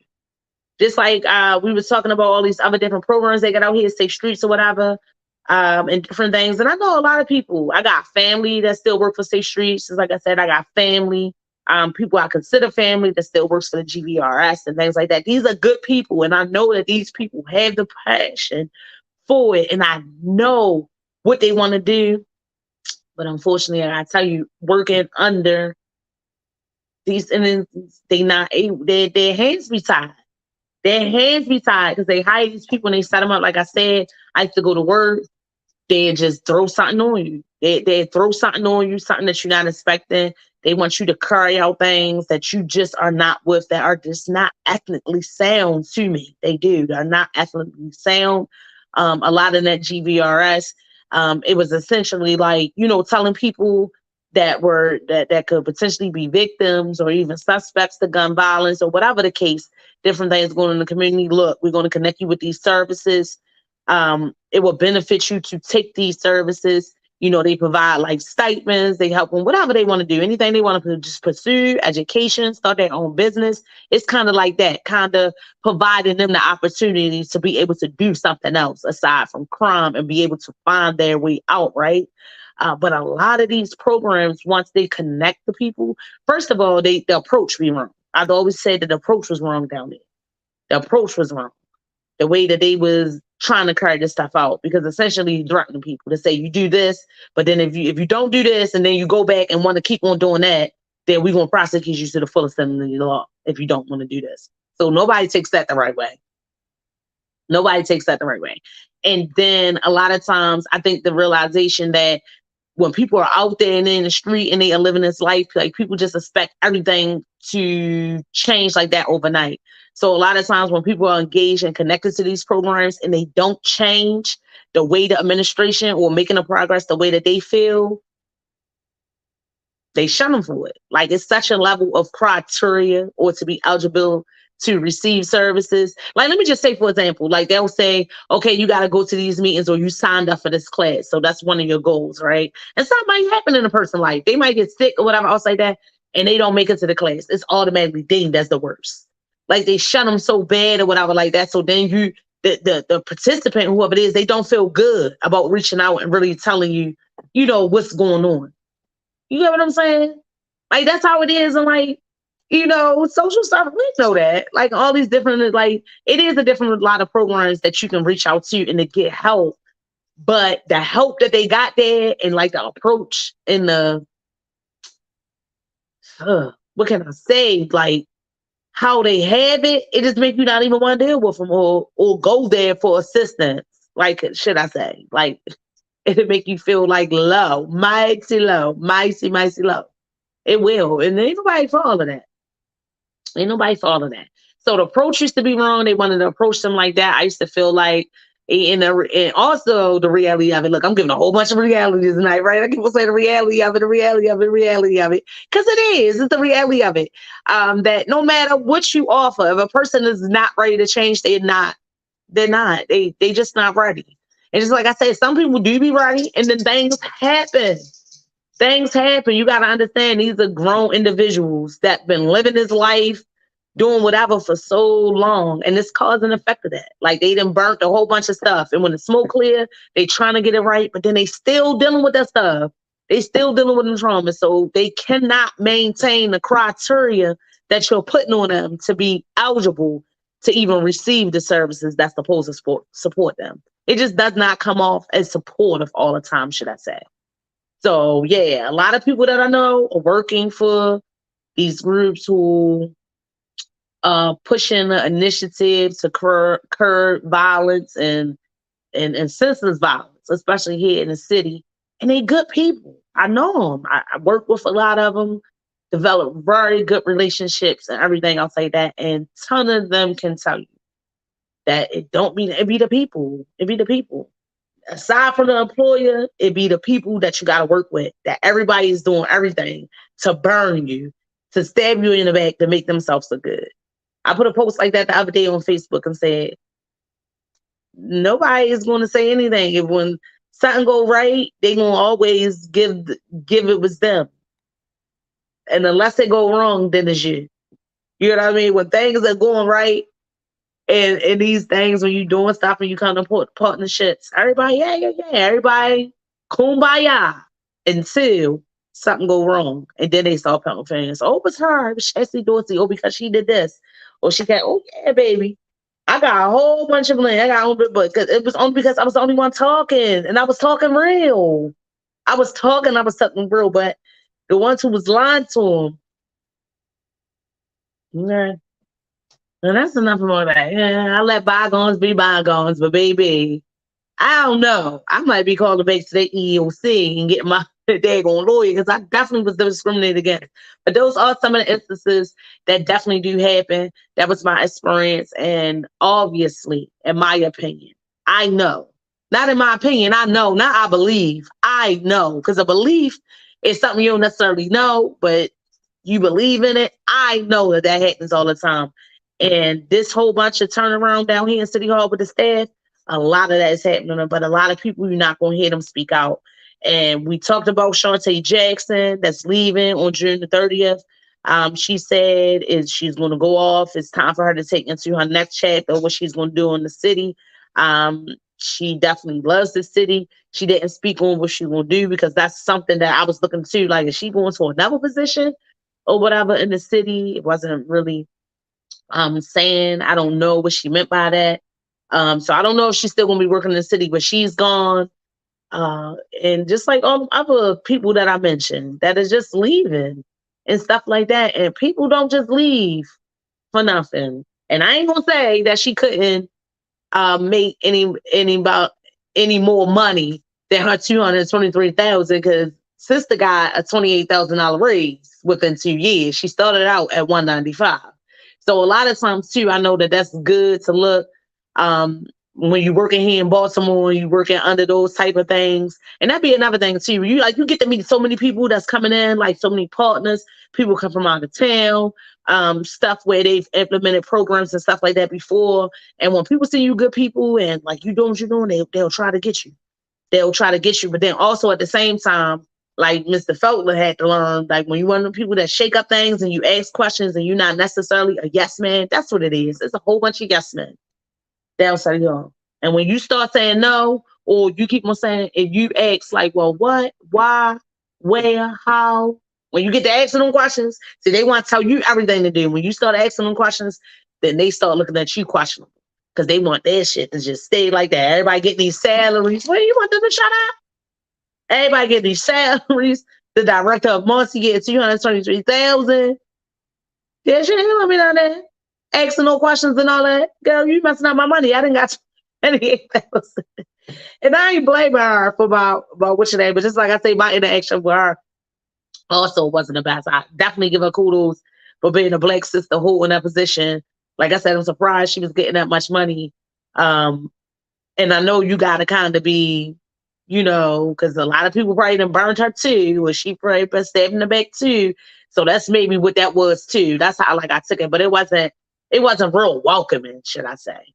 when I was able to interact with her. I wasn't real welcoming, and considering that project was so, what it was, I just thought it was going to be more welcoming, more, they was welcoming to the men.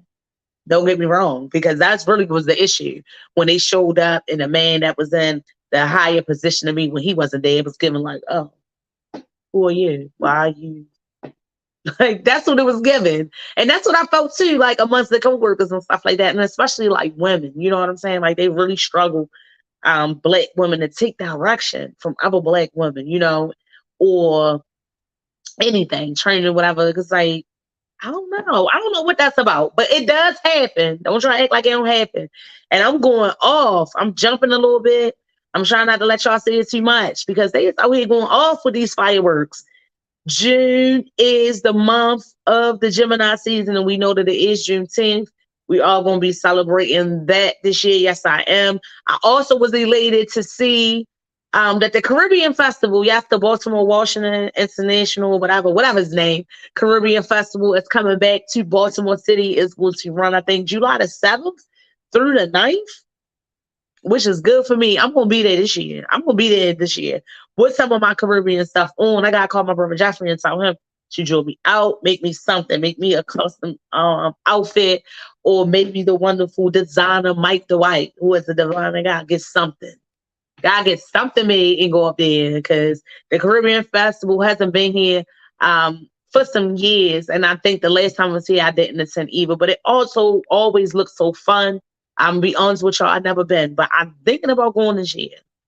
July will be the start of my birthday month. And what I do is, I used to say I party all month, but what I do is I start it now, like in the Leo season. So Leo starts July the 23rd. So, okay, Geminis, it's your time now. Then we're going to have them emotional cancers that's going to come through shortly. And their time going to be up on the 23rd. And July 23rd, I think through August 23rd, 21st is going to run the best time.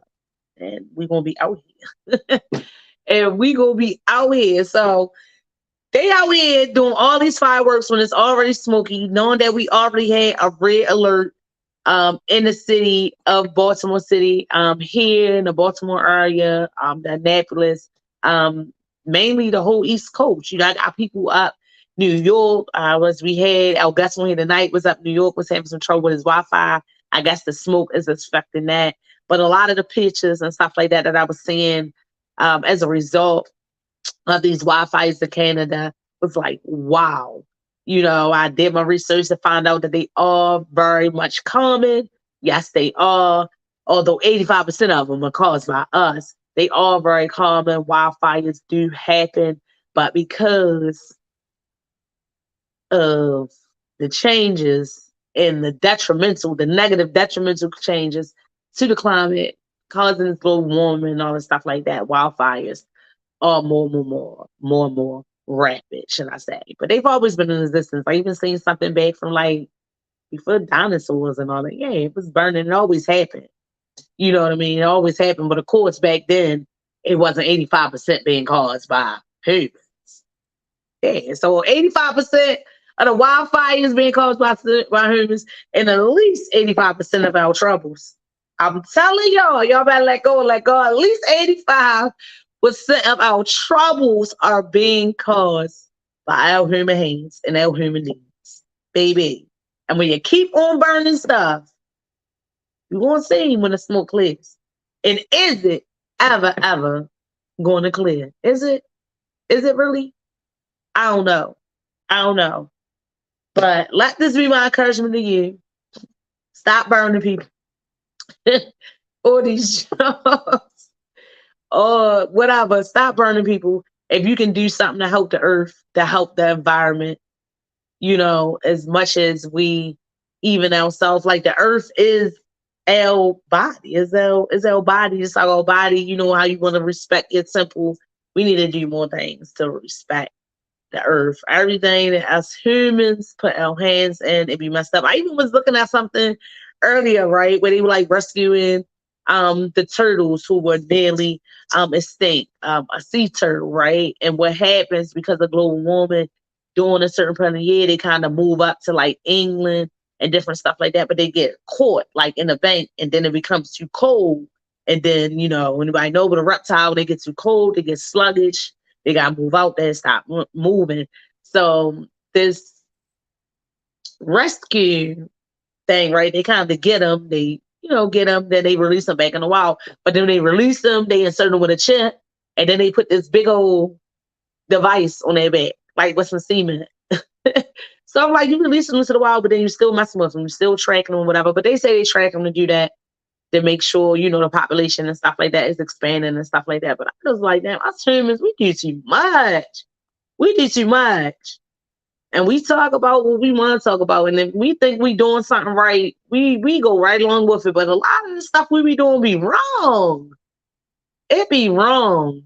A lot of the stuff we be doing be wrong. That's why, and especially for like the animals and stuff. They say God put us like on men or whatever like that. But a lot of these animals is fine. And my whole thing is that if some of them was going to be a stink, that's why they being a stink. Because the shit we done did. And now they going to stink because the stuff we did. Now we want to rescue them, and then we still just we be doing too much. We be doing too much. I'm almost out of here. We be doing too much, and they is doing too much with all these programs. Let me go back onto that. With the city youth curfew, they doing too much. They doing too much. They got this white van out here pulling up on kids. They done bust the van back window out. And that's not the last thing you're going to hear about this. It's not. It's going to be some more stuff. It's going to be some more. It's going to be some more. It's going to be some more. The pools are ready to open. I also seen a story, too, that is a teenager that's fighting for his life in critical condition. They already, of course, preparing the pools, setting them up to open, I believe. The date is June 17th. That they'll open up citywide here in Baltimore City. It'll be free to get in. Of course, they'll run it through sessions for everybody to be able to participate. It's running on first come, first serve type of criteria. But in preparation of getting the pools, they kind of already filling them with water, getting the water, getting the chlorine and stuff like that circulated. And unfortunately, already some teens, hot defense. I forgot which pool it was. Yeah, and one of them is in critical condition. In the hospital right now. Went underwater, didn't come up. Luckily, they did give him some help. But he's in critical condition. And I can agree with what Mayor Brandon Scott said, that where we want everyone to engage in these activities. That's why he's making all the pools free, so everybody can have the experience. We do gotta encourage our children to do it in a safe manner and to do it safely, because when you don't, things like that can happen. So of course, prayers for the young man. But of course, you do stuff. Yeah, those are the reflection of his actions. Yes, it is. I'm not gonna stay on that too long, because guess what? I am ready to be out of here. Of course, I love talking to you and you coming through to hear me talk. I wish you would do more talking to me. Be sure to call into the show next time. Hit me up on the chat, say what you got to say.